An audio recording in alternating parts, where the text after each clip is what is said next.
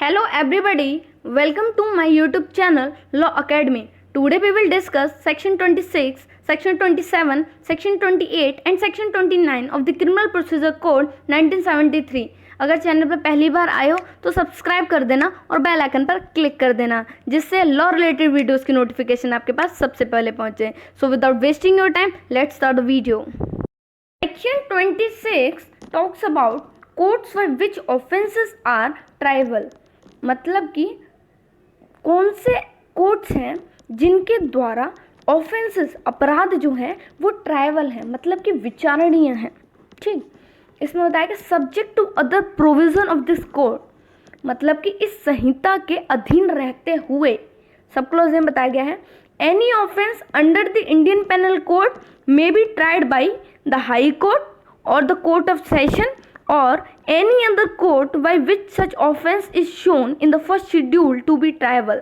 इसका मतलब है कि आईपीसी में, इंडियन पेनल कोड में दिए गए किसी भी ऑफेंसेस का ट्रायल जो है वो हाई कोर्ट कर सकती है या कोर्ट ऑफ सेशन कर सकती हैं या फिर कोई और कोर्ट कर सकती हैं जो फर्स्ट शेड्यूल में ट्रायबल बनाई गई हैं.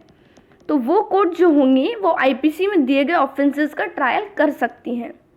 प्रोवाइजो है provided that any offence under section 376, section 376A, section 376B, section 376C, section 376D, section 376DA, section 376DB और section 376E of the Indian penal code shall be tried as far as practicable by a court presided over by a woman.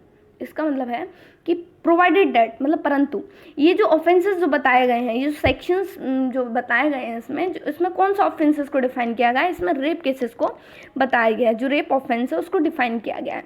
तो इसमें बताया गया है कि जो भी rape cases हैं जो इन सेक्शंस में बताए गए हैं उन ऑफेंसेस का ट्रायल उन कोर्ट में होगा जिनमें एक वुमेन प्रिसाइडिंग ऑफिसर्स होंगी, मतलब एक वुमेन मजिस्ट्रेट होंगी.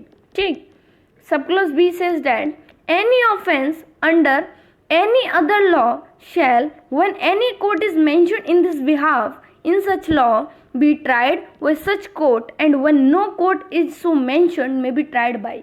इसका मतलब है कि जिन ऑफेंसेस का ट्रायल किसी और लॉ में मेंशन किया हुआ है, जो कोई ऑफेंसेस हैं जिनका ट्रायल किसी और दूसरे लॉ में मेंशन किया हुआ है और उस लॉ में उस ऑफेंस के ट्रायल के लिए कोई और स्पेशल कोड भी बनाया गया है, तो फिर सीआरपीसी के अंडर वो ऑफेंसेस का ट्रायल नहीं करेंगे. लेकिन अगर ऐसा कोई भी उस लॉ में ऑफेंस दिया गया है लेकिन उसको ट्राई करने के लिए कोई प्रोविज़न नहीं है तो उसके ऑफेंस का ट्रायल सीआरपीसी के अंडर होगा. सीआरपीसी का अंडर होगा तो कौन कर सकता है उसका ट्रायल? हाई कोर्ट कर सकती हैं या कोई अदर कोर्ट यानी कोई दूसरी कोर्ट है वो कर सकती हैं जो फर्स्ट शेड्यूल में ट्रायबल बताई गई हैं. Section 27 talks about jurisdiction in the case of juveniles.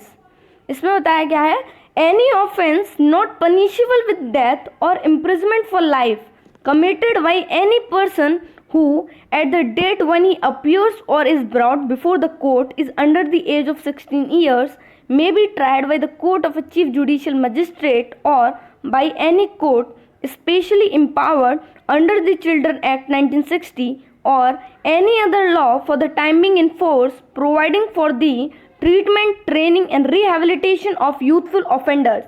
इसका मतलब है कि अगर ऐसा कोई पर्सन है जो under the age of 16 years है, मतलब 16 साल से कम का है और उस पर्सन के द्वारा कोई ऑफेंस किया गया है और उस पर्सन ने उस ऑफेंसेस को किया है जिसकी पनिशमेंट डेथ पनिशमेंट नहीं है और ना ही लाइफ इम्प्रिजमेंट है, मतलब कि इनसे कम की पनिशमेंट का ऑफेंस किया है, तो ऐसे ऑफेंसेस का जो ट्रायल होगा वो court of chief judicial magistrate के द्वारा किया जाएगा.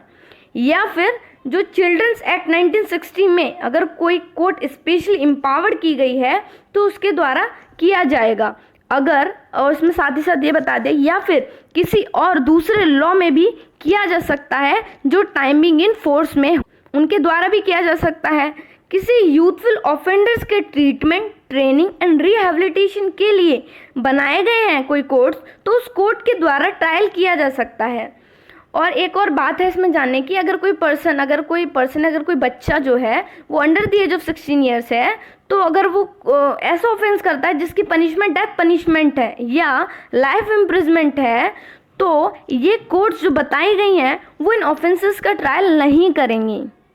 Section 28 talks about sentences which high courts and session जजेस में पास। कौन सी सेंटेंसेस हैं जो हाई कोर्ट्स और सेशन जजेस पास कर सकते हैं। Sub clause 1 says that a high court may pass any sentence authorised by law.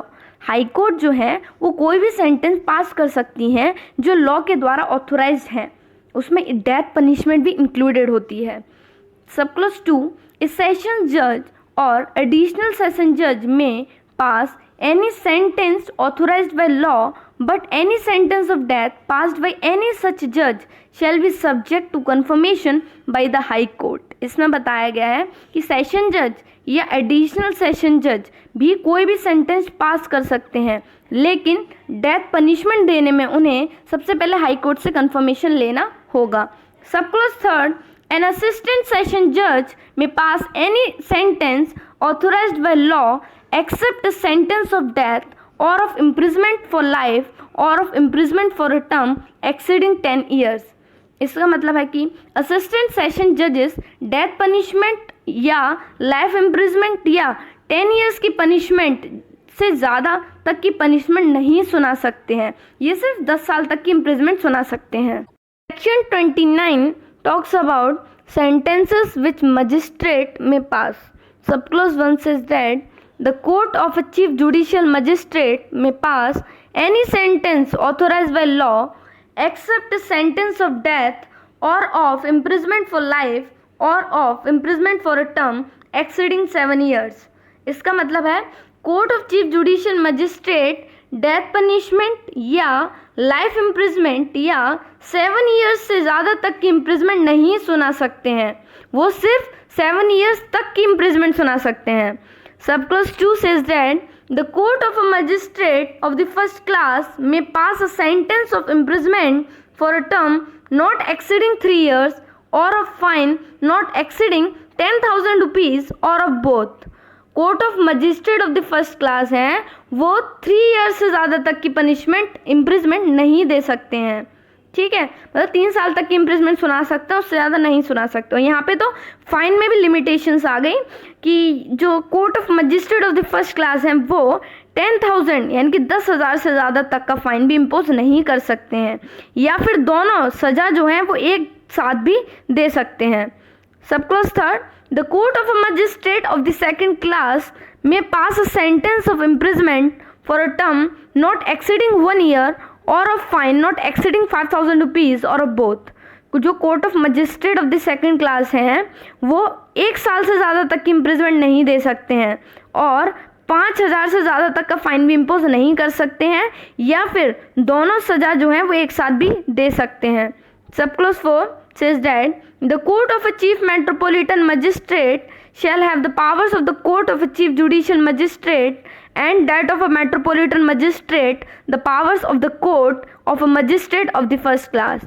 इसका मतलब है कि जो चीफ मेट्रोपॉलिटन मजिस्ट्रेट हैं उनकी वही पावर्स होंगी जो court of a chief judicial magistrate की हैं, और मेट्रोपॉलिटन मजिस्ट्रेट की वही पावर्स होंगी जो court of a magistrate of the first class की हैं। I hope you all are understood this topic. If anybody have any queries regarding this topic, then put in the comment box. I will definitely giving reply to all of you. And keep sharing my videos to your friends and also do subscribe my channel. अगर video पसंद आए तो like कर देना।